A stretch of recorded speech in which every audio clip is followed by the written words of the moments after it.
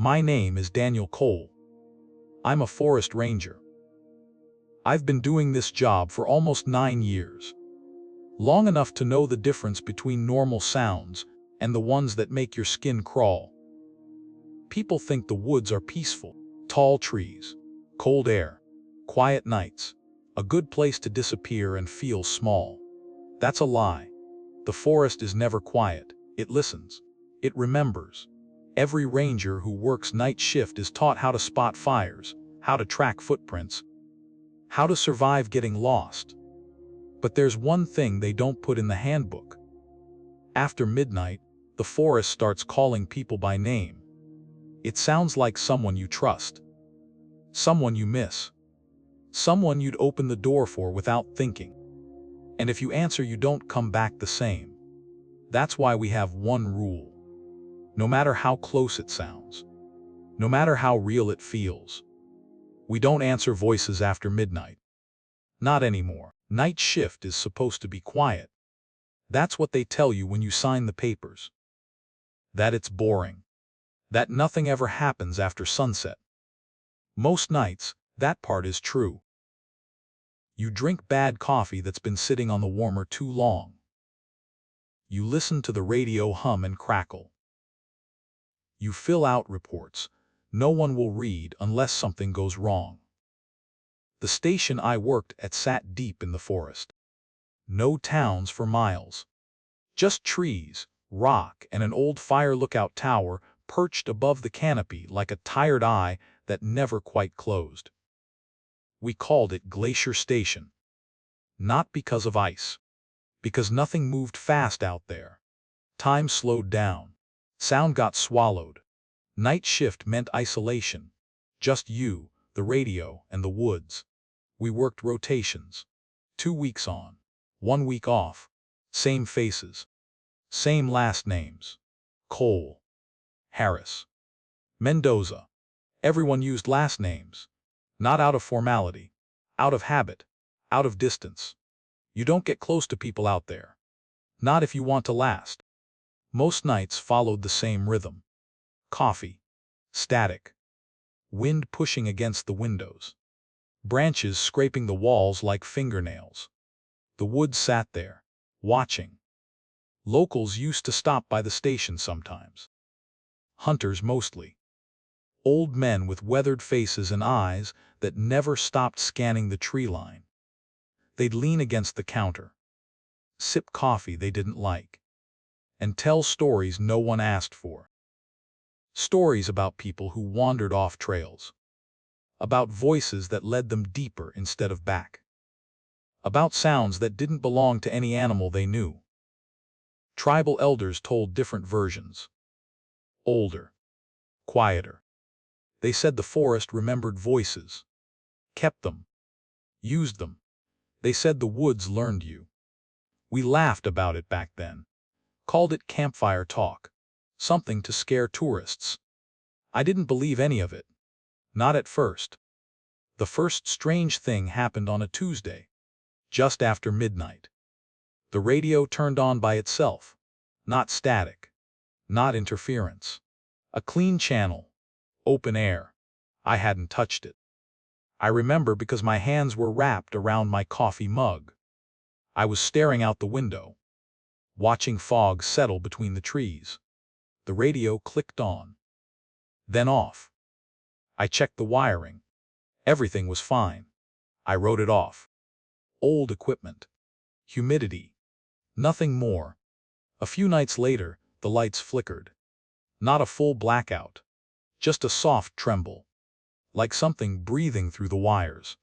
I stood there longer than I should have, watching the bulb sway slightly. As if the station itself was unsettled. That was when the feeling started. That sense you get when you realize you're not as alone as you thought. I'd step outside for air and feel eyes on my back. Not threatening. Not aggressive. Just patient. Waiting. The forest didn't feel empty anymore. It felt occupied. Like I was the visitor. I told myself it was fatigue. Too many night shifts. Too much coffee.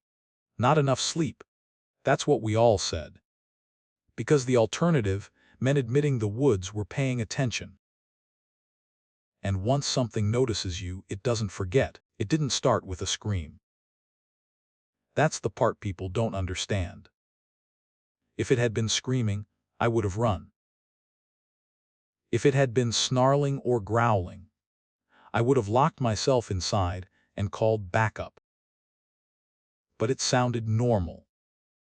Like someone standing just beyond the trees, hands in their pockets, waiting for me to step outside. The first time I heard my name, it was 12:17 a.m. I remember the exact time because I looked at the clock right after, like I could prove to myself it happened. Like numbers would make it less real. Outside, the forest was still. No wind. No insects. No distant owl calls. Just that heavy quiet you get before a snowstorm, even when there's no snow. I was at the desk, halfway through an incident report I'd already rewritten twice. The station smelled like old coffee and warm dust from the heater. Then, softly, Dan. One word. Calm. Almost polite. Not close enough to be inside. Not far enough to be imagination.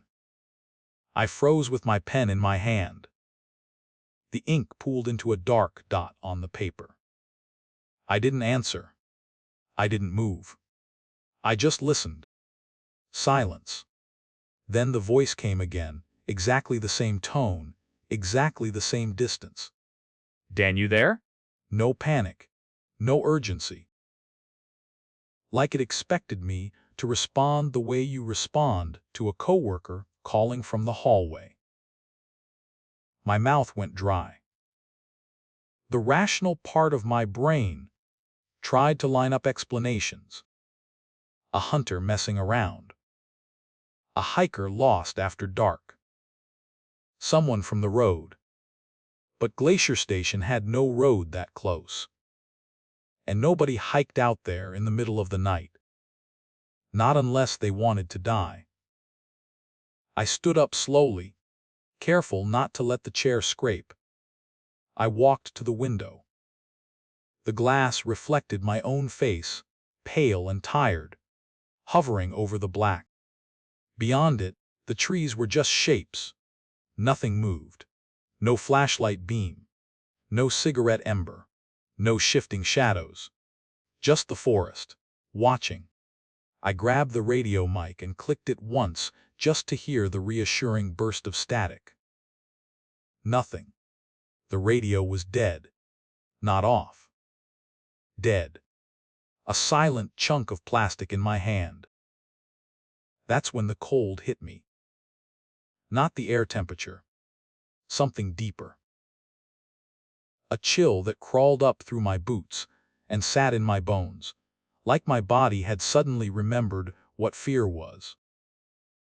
I backed away from the window and locked both doors without thinking. Then I checked the east door again, Rule #5. Never open the east door before sunrise. I hadn't learned the rules yet. Not officially. But I'd heard the old guys mention the east door like it mattered. Like it was the difference between weird night and missing person report. I spent the rest of that night pretending to work. Filling out nonsense paperwork with shaky hands. Listening for the next sound. It didn't come again. By sunrise, I almost convinced myself I'd imagined it. A tired brain. A lonely shift. A voice made out of stress. Then the second night happened, 12:03 a.m. exactly. This time, it wasn't my name. It was my mother's voice. My mother lived 6 states away. She hadn't called in weeks. We weren't the kind of family that checked in every day. But I would know her voice anywhere. Soft, careful, always like she didn't want to bother anyone. "Danny?" That's what she called me when I was a kid. Danny, not Dan. My blood turned to ice. The sound didn't come from the door. It didn't come from the window. It came from everywhere at once. Like the station had become a speaker. Danny, sweetheart, can you hear me? The words were so normal it was wrong. The tone was gentle, concerned, like she was trying to wake me up from a nap. I stared at the ceiling as if the answers were written there. I wanted to answer. That's the shameful part. I wanted to say, yeah, Mom. I'm here. Because for half a second it felt like home, like warm kitchen light and a hand on my shoulder. Then the smell hit me. Wet rot. Cold earth. Mold and something older like the inside of a hollow log. The station had never smelled like that. Not once. It was as if the forest had pushed its breath through the vents. My stomach rolled. The voice continued, patient and sweet. Danny opened the door. It's cold out here. That was the first wrong thing. My mother would never ask that. Not with that calm. Not without wondering where I was. And she would never say out here. Not like she'd been standing in the dark for a long time. The lights trembled again. Just a little. A nervous flutter. Then I heard something else underneath her voice. A second sound. So faint I thought it was the heater. A soft clicking. Like teeth. I covered my mouth with my hand. Held my breath. Listened harder. The clicking stopped. The voice shifted. Still my mother. Still gentle. But there was a pause between words, like someone searching for the right script. Danny, I'm worried. Come outside. I backed away until my shoulders hit the file cabinet. My heart hammered so hard it made my vision pulse. I didn't answer. I didn't move. And the station went quiet. So quiet it felt like pressure. No hum from the lights. No whisper of air through the vents.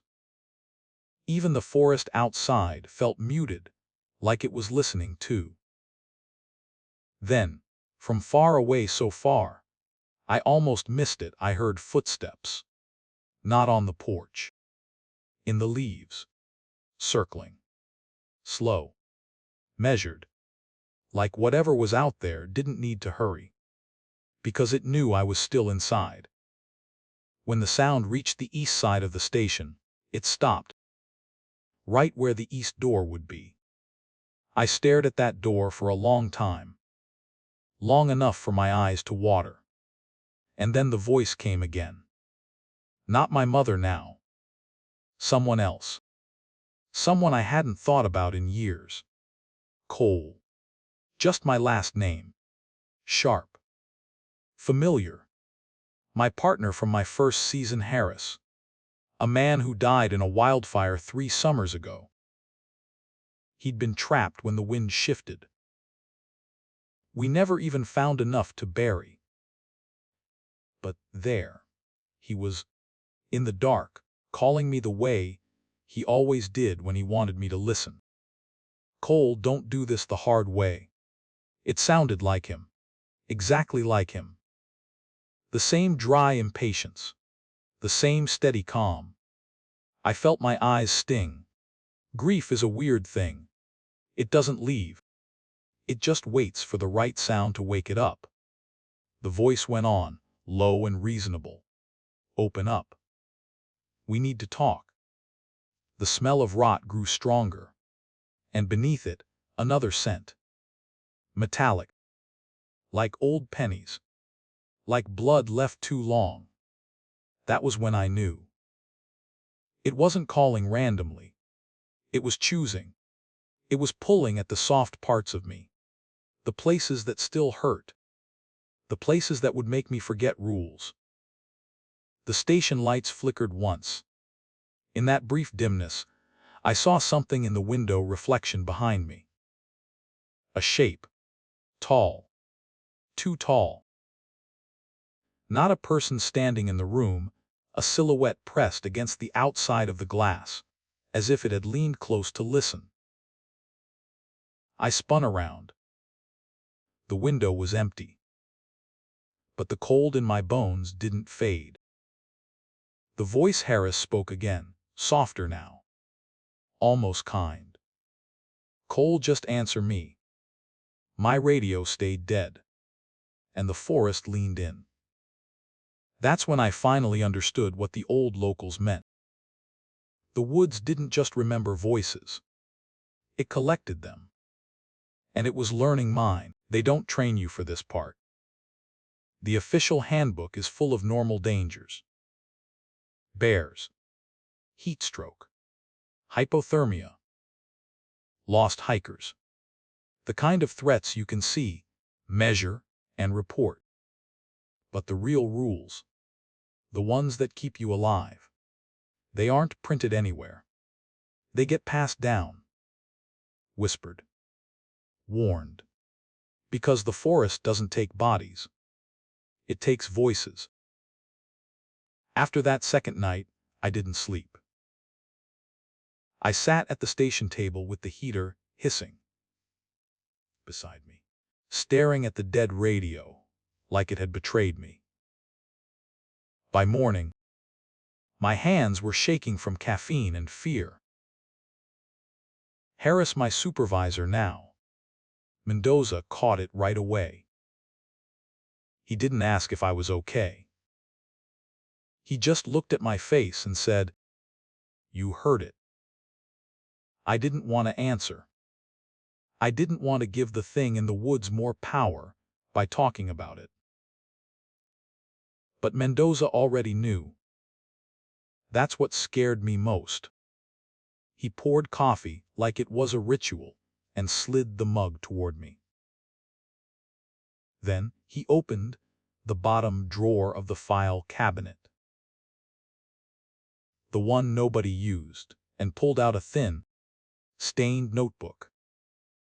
No official logo. No station letterhead. Just a cover that had been handled 1,000 times. On the first page, in block letters, someone had written, "Glacier Station Night Rules." Mendoza didn't smile. He didn't dramatize it. He just said, "Read. Then memorize. Then don't test them." I flipped the page. Rule #1. Never answer a voice after midnight, even if it knows your name. Mendoza tapped the words with one knuckle. "Midnight to sunrise," he said. "That's when it hunts." "Hunts?" I repeated, hating how small my voice sounded. "It's not a bear," he said. "It wants you to speak. It wants you to reply. Once you do, it learns how to wear you." I swallowed. "Wear me. Like a jacket," he said. "Like a mask."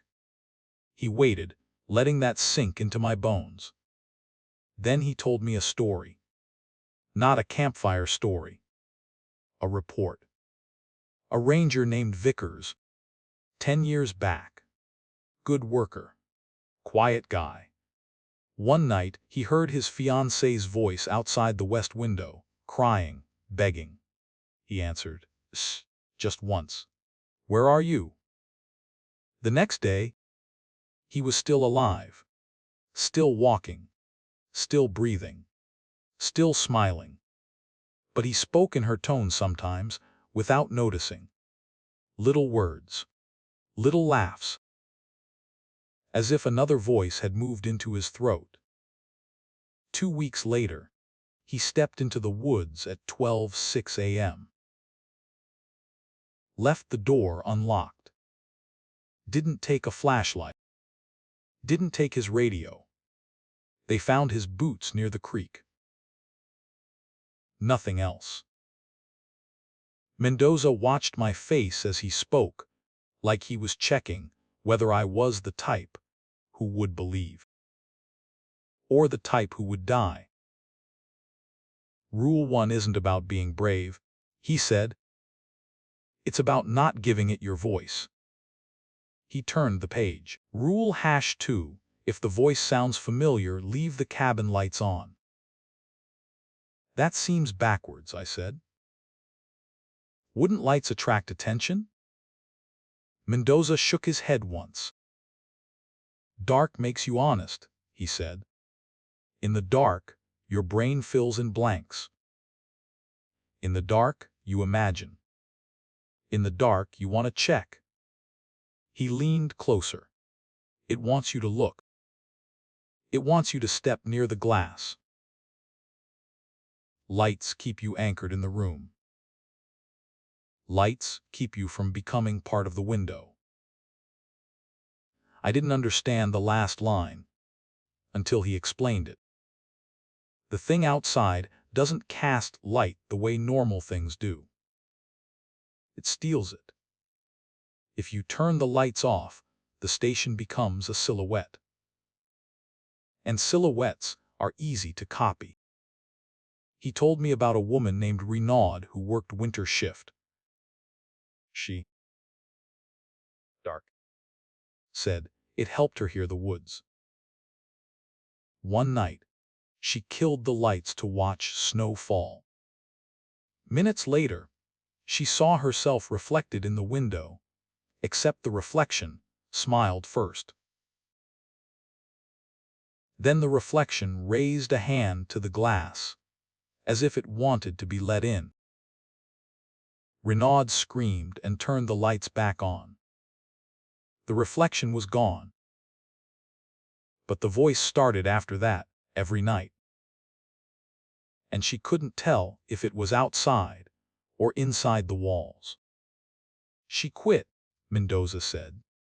Packed her truck at noon and never came back. Alive, I asked. Mendoza's pause was answer enough. We assume, he said. That's what the paperwork says. He turned the page again. Rule #3, do not follow footsteps unless you can see the person. This one sounded simple. Common sense. Don't chase noises. But Mendoza's eyes hardened when he read it. You'll hear steps, he said. Not running. Not charging. Just walking. Like somebody knows you're listening. He told me about the footfalls in fresh snow single-file tracks that appeared at the station porch and then led into the trees. Perfect boot prints. Perfect. Wait. Perfect spacing. But they never came back. A ranger named Patel followed them once. Not far. Just 20 yards with a flashlight. He called out, hello. Like an idiot. Like a human. He didn't see anyone.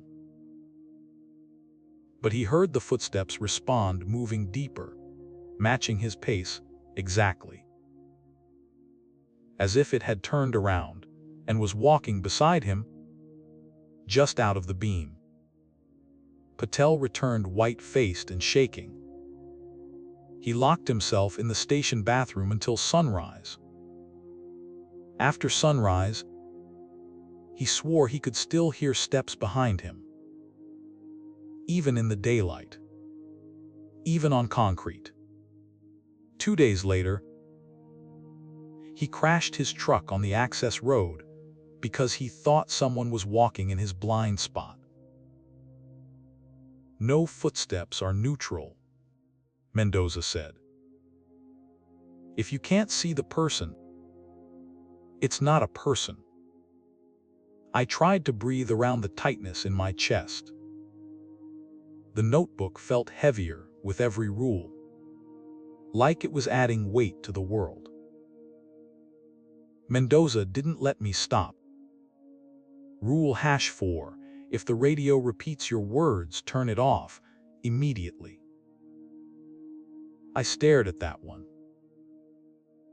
My radio had been dead when the voice called my name.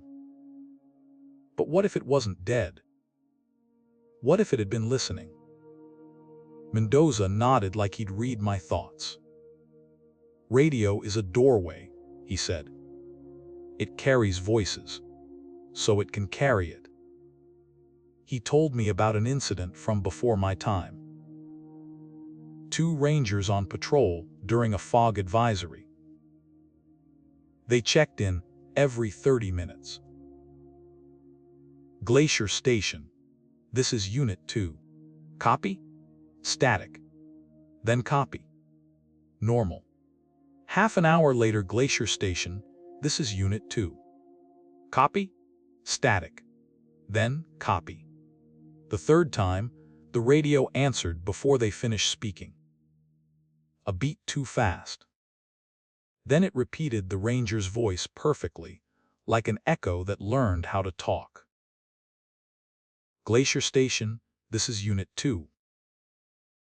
And then, in the same voice, softer, come closer. The 2 rangers drove back to the station with their hands sweating on the wheel. When they arrived, Mendoza's predecessor was waiting outside with a hammer. He didn't ask questions.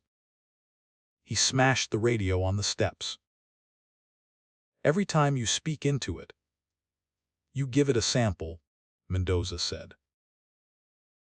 If it starts playing you back, it's practicing. Practicing what? I asked. Mendoza stared past me, at the forest line beyond the station. Practicing being you, he said. The heater hissed. Somewhere in the walls, the building settled with a tiny creak. I hated how ordinary those sounds were. How they could hide anything. Mendoza flipped again. We didn't get a full week of peace after Mendoza showed me the notebook. That's the thing about rules.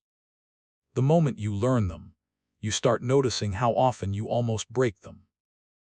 By day, the station felt almost normal again. Sunlight made the trees look harmless. Birds returned. The heater didn't sound like breathing. But at night, the forest remembered me. It called less. It waited more. And then they sent us a new guy. His name was Tyler Grant. Mid-20s. Fresh uniform. Big smile. The kind of rookie who still believed the woods were just scenery. He showed up with an overpacked duffel and a brand new headlamp still in the box. He called me sir the first hour and Dan by dinner. Like we were old friends. Mendoza didn't like him. Not personally. Just instinct. He watched Tyler the way you watch a loose board on a porch, knowing it'll break under the wrong foot. At briefing, Mendoza laid down the rules like a prayer. After midnight, he said, no talking to the woods. No answering voices. No opening the east door. If the radio repeats you, you kill it. Tyler chuckled, half under his breath, like he thought it was hazing. I caught his eye and shook my head once. Don't. He smiled like I was playing along. That night, I took first watch. Tyler took second. At 11:58 p.m., I handed him the logbook and the radio check schedule. The station lights were on, every room. Mendoza's rule. My rule now. Tyler rolled his shoulders like he was settling in for a long Netflix night. Except there was no service out there. Just static and trees. You guys really believe the ghost stuff? He asked. I didn't answer. I just said, if you hear anything after midnight, don't talk back. He snorted. Sure. Whatever. I went to the bunk room but didn't sleep. I lay on top of the blanket, boots on, listening. You learn to listen when you're afraid of silence. 12:03 a.m. The lights trembled. Just once. Then the radio clicked on by itself in the main room. I sat up. From the hallway I heard Tyler shift in his chair. A soft curse. The scrape of a mug. Then a voice came through the station like it had always belonged there. Not loud. Normal. Tyler? A woman's voice. Warm, familiar. The kind of voice that makes your body respond before your brain catches up. Tyler froze. I could hear it. That small pause in breathing when you recognize something you shouldn't. The voice continued, gentle as a phone call. Tyler, honey, can you hear me? My stomach dropped. He didn't know her. But the listener did, because it didn't need to know the woman. It just needed to know what a mother sounded like. Tyler laughed nervously. Okay, that's weird. I got out of bed without making a sound. I stepped into the hallway, barefoot, and moved toward the doorframe where I could see him. Tyler was sitting at the desk, staring at the radio like it had grown teeth. The mic was still on the hook. He hadn't touched it. The voice wasn't coming from the radio. It was coming from the station itself. From the walls. From the air. Tyler, it said again, soft and patient, it's cold out here. I watched his face change. That conflict in every human being, fear versus instinct. We are trained to answer voices. We are trained to be polite. We are trained to help. Tyler swallowed. I lifted one finger to my lips. No. He glanced at me, annoyed, like I was ruining the joke. Then the voice shifted. It became a different woman. Younger. Breathier. A girlfriend tone. Ty, don't ignore me. Tyler's jaw tightened. His eyes went glassy. That's when I knew the listener had hit something real. Maybe he'd lost someone. Maybe he'd left someone behind. Maybe he was just lonely enough that the right voice could hook him. The lights flickered again, and for a second, the window glass looked darker than it should have. Like something outside was drinking the light. Tyler, the voice said, just answer me. I took one step forward. Tyler's hand twitched toward the empty space where the voice seemed to be. Don't, I whispered. He heard me. He looked at me. And then he answered anyway. Just one word. Yeah? The forest answered back, not with sound, with movement. Outside, the tree line shifted. Not wind. Not animals. Shadows leaned toward the station like they were curious, and something started walking toward the cabin, using his voice. At first it was quiet. A soft crunch of leaves, measured and slow. Then the radio dead for days woke up. A burst of static so sharp it made my teeth hurt. Then Tyler's voice came through the speaker, perfectly copied. Yeah. A beat. Then again, like an echo practicing. Yeah, yeah, yeah. Tyler stared at the radio, horrified, like he'd just heard his own ghost. I grabbed the radio power switch and slammed it off. Rule #4. Kill it. The station went silent. Not normal silent. Pressure silent. Tyler whispered, what the hell was that? I didn't have time to explain. Because the footsteps reached the porch. 1 step. 2. Slow. Heavy enough to make the wood complain. Tyler's breath turned ragged. He stood up too fast and knocked his chair back. It hit the floor with a crash. The footsteps stopped. Then, from the east side of the station, we heard another sound. Knocking. 3 soft taps on the east door. Rule #5 screamed in my head. Never open it. Tyler backed away, wide-eyed. Someone's out there, he said. No, I said. Something's out there. The knocking came again. This time with a voice. Tyler's voice. Right outside the east door. Hey, it said, calm and casual, open up. Tyler spun toward me like his brain couldn't hold the shape of that sentence. He pointed at himself, then at the door. I'm right here. The voice outside laughed. A small, friendly laugh. Then it spoke again, still Tyler's voice, but with something underneath it. A faint clicking. Like teeth. Open up, it repeated. It's cold. Tyler took 1 step toward the east door. I grabbed his arm hard enough to hurt. Stop, I hissed. He tried to yank free. Dan, if someone's messing with us.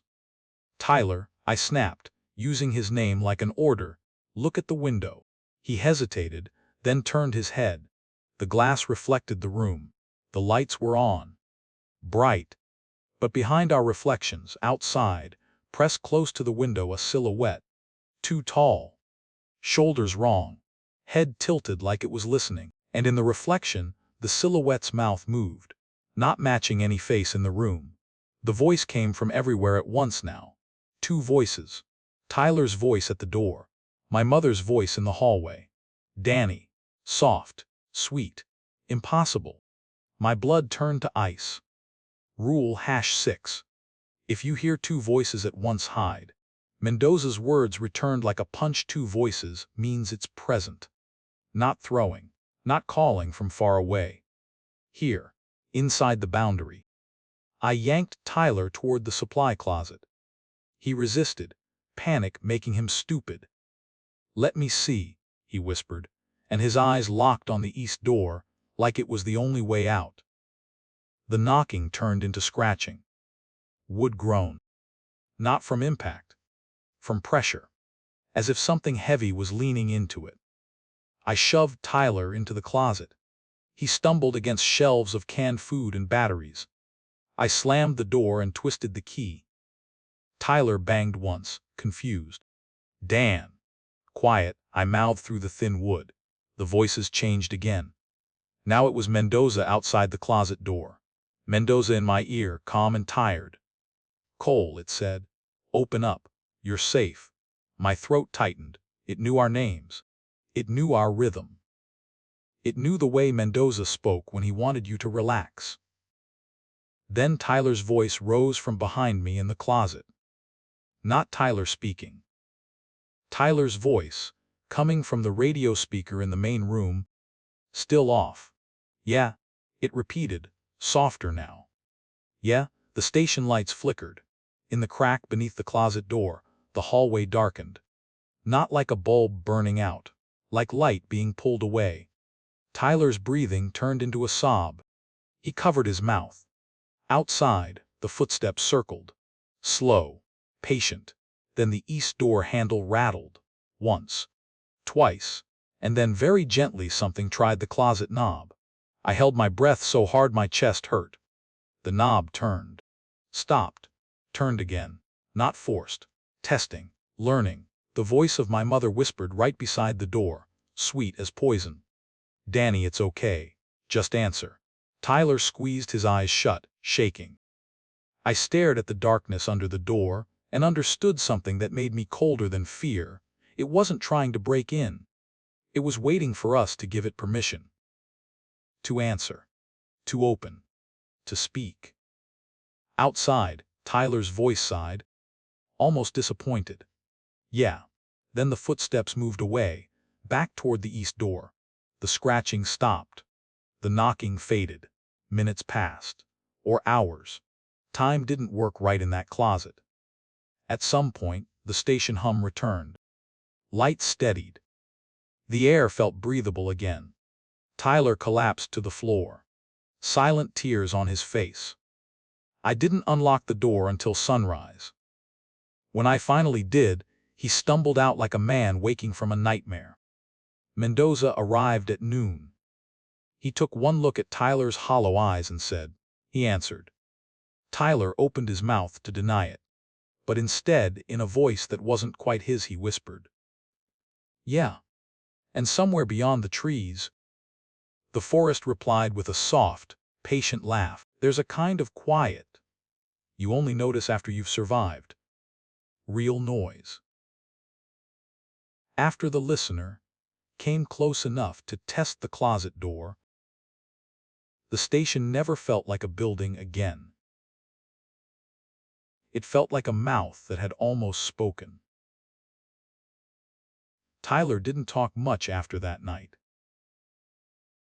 He sat at the table in the mornings, staring at his coffee like it might explain what happened.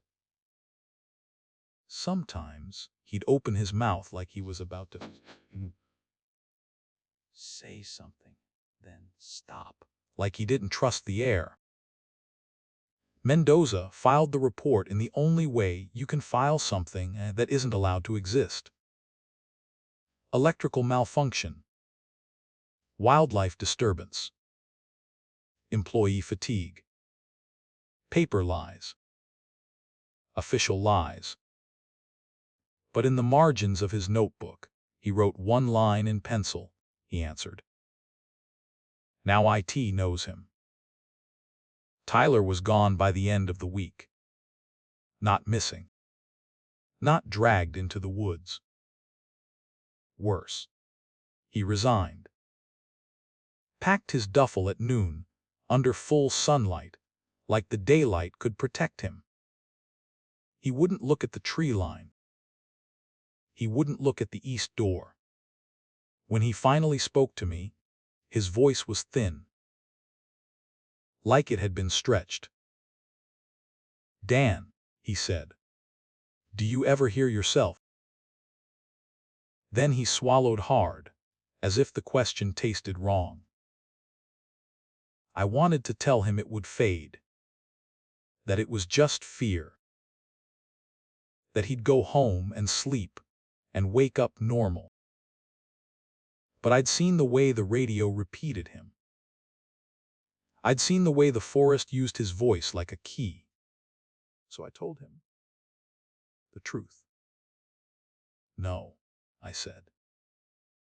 I hear something practicing. He flinched like I'd slapped him. He left without saying goodbye to Mendoza. Mendoza watched his truck disappear down the access road and didn't wave. He just stood there in the sun, hands in his pockets, looking older than he had a week ago. You're thinking about quitting, he said to me, without turning. I didn't deny it. The next month was the longest of my life. I followed the rules. Every single one. I kept the lights on. I didn't chase footsteps. I didn't talk into the radio unless I had to.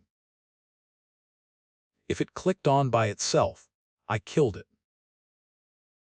And still the woods kept trying. Some nights it used my mother again. Some nights it used Harris. Once, it used my own voice calling my name, the way I say it when I'm alone. That one almost broke me.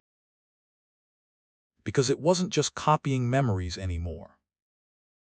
It was sampling me in real time. Like it was getting closer to a perfect fit.